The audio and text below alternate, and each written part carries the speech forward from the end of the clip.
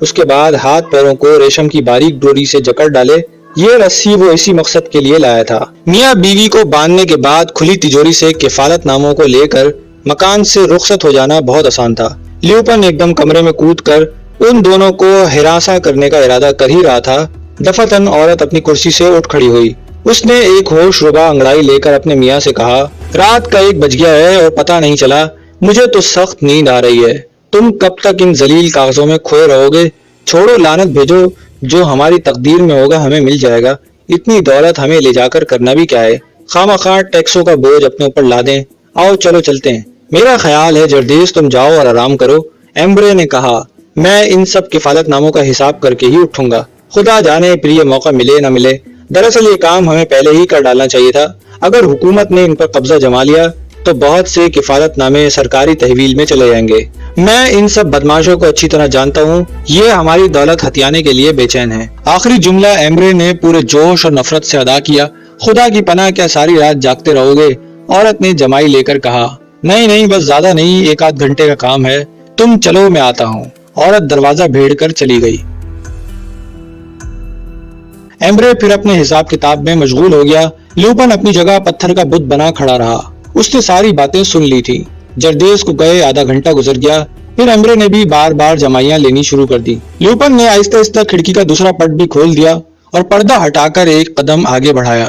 اسی وقت ایمبرے نے مڑ کر دیکھا، باہر ہوا کے جھونکے دم بدم تیز ہو رہے تھے۔ ایمبرے نے دل میں کہا، آج کھڑکی نہ معلوم کیوں کھلی رہ گئی۔ وہ اسے بند کرنے کے لیے جیسے ہی قریب آیا اور اس نے پردے کو ہاتھ لگایا، لیوپن نے نہایت پھرتی سے کام لے کر ایمبرے کو اسی پردے میں لپیٹ دیا۔ ایمبرے نے چیخنے چلانے کی بہت کوشش کی، لیکن لیوپن کی آہنی گرفت میں وہ ایک بے بس پرندے کی طرح پھڑ پھڑا کر رہ گیا۔ دوسرے ہی لمحے اس کے حلق میں رومال ٹھوسا جا چکا تھا۔ اسے یہ تک دیکھنے کا موقع نہ ملا کہ حملہ آور ہے کون۔ چشم زدن میں لیوپن نے اس کی آنکھوں پر پٹی باندھ دی اور اسی پردے میں لپٹا لپٹایا رسیوں سے جکڑ دیا۔ اس مرحلے سے فارغ ہونے کے بعد لیوپن نے نہایت اطمینان سے ایک بڑے تھیلے میں کفالت نامے بھرے اور کمرے کا دروازہ کھول کر زینے کے راستے باہر آ گیا۔ پھر مکان کا پچھلا دروازہ کھولا، باہر ایک بند گھوڑا گاڑی کھڑی تھی۔ لیوپن نے وہ تھیلا گاڑی کے اندر پھینک دیا اور کوچبان سے کہا، ذرا 1 منٹ کے لیے میرے ساتھ آؤ۔ وہ کوچبان کو لے کر دوبارہ اسی کمرے میں گیا اور اس مرتبہ انہوں نے تجوری بالکل صاف کر دی۔ لیوپن نے کوچبان سے کہا، گاڑی میں جا کر بیٹھو، میں ابھی آتا ہوں۔ یہ کہہ کر وہ اپنے کمرے میں گیا، کھڑکی میں بندھی ہوئی رسی کی سیڑھی کھولی، اس کے بعد ایسے سارے نشان مٹا دیے جن کے سہارے پولیس کے سراغ رساں چور کا پتہ لگا سکتے تھے۔ پھر وہ اطمینان سے گاڑی میں سوار ہوا اور رخصت ہو گیا۔ شاید یہ کہنے کی ضرورت نہیں کہ کوچبان اس کا وہی ساتھی تھا جس نے پہلی رات موسیو ایمبرے کو گھیر کر حملہ کیا تھا اور لیوپن نے ایمبرے کو بچانے کا ڈرامہ رچایا تھا۔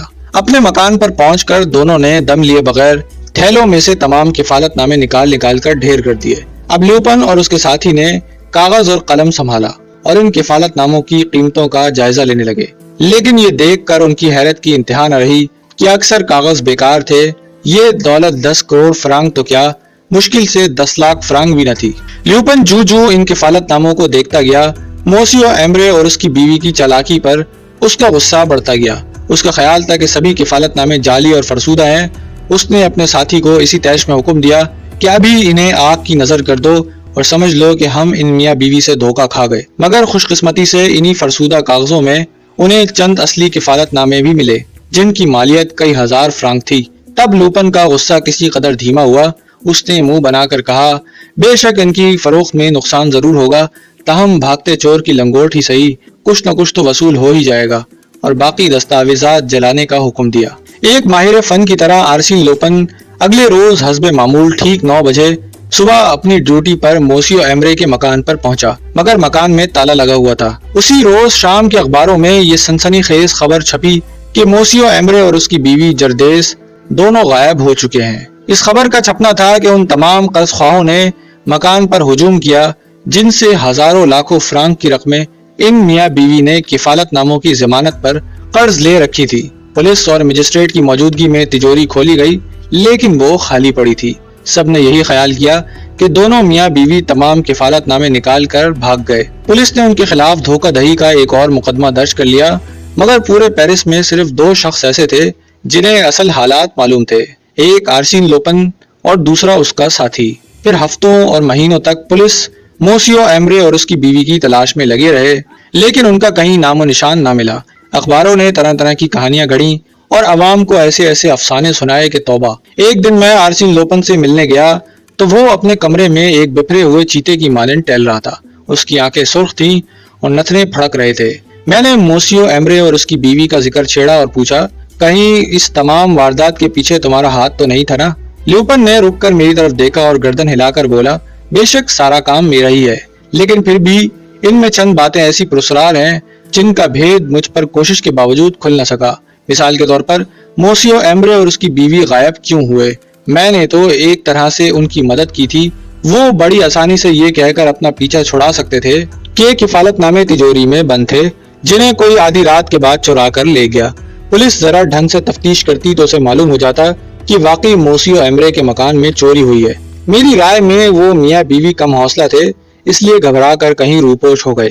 ہاں بے شک یہی بات ہوگی، لیوپن نے کہا، مگر وہ ایک دم کچھ کہتے کہتے رک گیا۔ تم کچھ کہنے والے تھے؟ میں نے پوچھا۔ رک کیوں گئے؟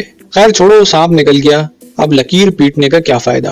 لیوپن نے ٹالنا چاہا۔ میں نے اس کی زبان کھلوانے کے لیے ایک اور سوال کیا، یہ تو بتاؤ ان میاں بیوی سے دوبارہ ملنے کا اتفاق ہوا؟ بالکل نہیں، بہرحال کبھی نہ کبھی تو تمہارے دل میں ان کا خیال آتا ہوگا۔ خیال اور میرے دل میں؟ لیوپن نے ازحد حیرت سے کہا، غالباً تمہارے کہنے کا مقصد یہ ہے کہ مجھے اس واقعے پر افسوس ہونا چاہیے، شاید وہ میاں بیوی میری وجہ سے روپوش ہونے پر مجبور ہوئے۔ میرا قیاس تو یہی کہتا ہے۔ میرے دوست، مجھے ذرہ برابر بھی رنج نہیں، جہاں تک ان بنڈلوں میں بندھے ہوئے بے شمار کفالت ناموں کا تعلق ہے، جن کی مالیت وہ میاں بیوی 10 کروڑ بتاتے تھے، وہ سب کے سب جعلی تھے۔ ان میں سے چند ایسے تھے جنہیں میں اصلی سمجھا تھا، مگر وہ بھی جعلی نکلے۔ ان کی قیمت 10 کروڑ تو کیا 10 پھوٹی کوڑی بھی نہیں نکلے گی۔ اب تم کہتے ہو کہ میں ان مکار میاں بیوی کے بارے میں افسوس کا اظہار کروں، جنہوں نے مجھے آرسین لوپن جیسے چور کو بے دردی سے لوٹا اور جی بھر کے مجھے بیوقوف بنایا۔ جوش کے مارے لیوپن کا بدن کانپنے لگا اور آنکھیں پہلے سے زیادہ سرخ ہو گئیں۔ میں دم بخود اس کی صورت تک رہا تھا۔ چند لمحے تک کمرے میں ٹہلنے کے بعد وہ دوبارہ بولا، ان کمبختوں نے مجھے شروع سے آخر تک الو بنایا۔ میں تو انہیں شکار کرنے نکلا تھا، لیکن خود ان کے جال میں پھنس گیا۔ ظاہری طور پر میں اس ناہنجار ایمرے کا پرائیویٹ سیکرٹری تھا، لیکن وہ مجھے معزز ترین شہر کے سامنے بڈھے رافورڈ کے بیٹے کی حیثیت سے پیش کرتے رہے۔ وہی بڈھا رافورڈ جس نے 10 کروڑ کے نام نہاد کفالت نامے انہیں عطا کیے تھے۔ میں اپنی جگہ خوش تھا کہ ان کا اعتماد حاصل کر کے اس عظیم دولت پر قبضہ کر لوں گا، اور وہ اپنی جگہ مطمئن تھے کہ مجھے رافورڈ کا بیٹا بتا کر لوگوں سے بھاری رقمیں وصول کرتے رہے۔ انہوں نے نہ صرف لوگوں سے رقمیں بٹوری، بلکہ دلالوں کی معرفت بینکوں سے بھی بڑے بڑے قرضے لیے۔ دراصل میں انہیں نہیں لوٹ رہا تھا، وہ مجھے لوٹ رہے تھے۔ کیسا شاندار سبق انہوں نے آرسین لوپن کو سکھایا۔ لعنت ہے مجھ پر، میری ذہانت پر اور میری چالاکی پر۔ یک لخت وہ چپ ہو گیا اور میرا ہاتھ زور سے دباتے ہوئے انتہائی طنزیہ لہجے میں بولا، کیا تمہیں معلوم ہے کہ مجھ جیسا عیار زمانہ شخص ان میاں بیوی کا کتنا مقروض ہے؟ یہی کوئی 1.5 کروڑ فرانک کا۔ یہ سن کر بے اختیار میرے حلق سے ایک فلک شگاف قہقہا نکل گیا۔ بہت خوب، آرسین لوپن اور 1.5 کروڑ فرانک کا مقروض، یہ بھی اچھی رہی۔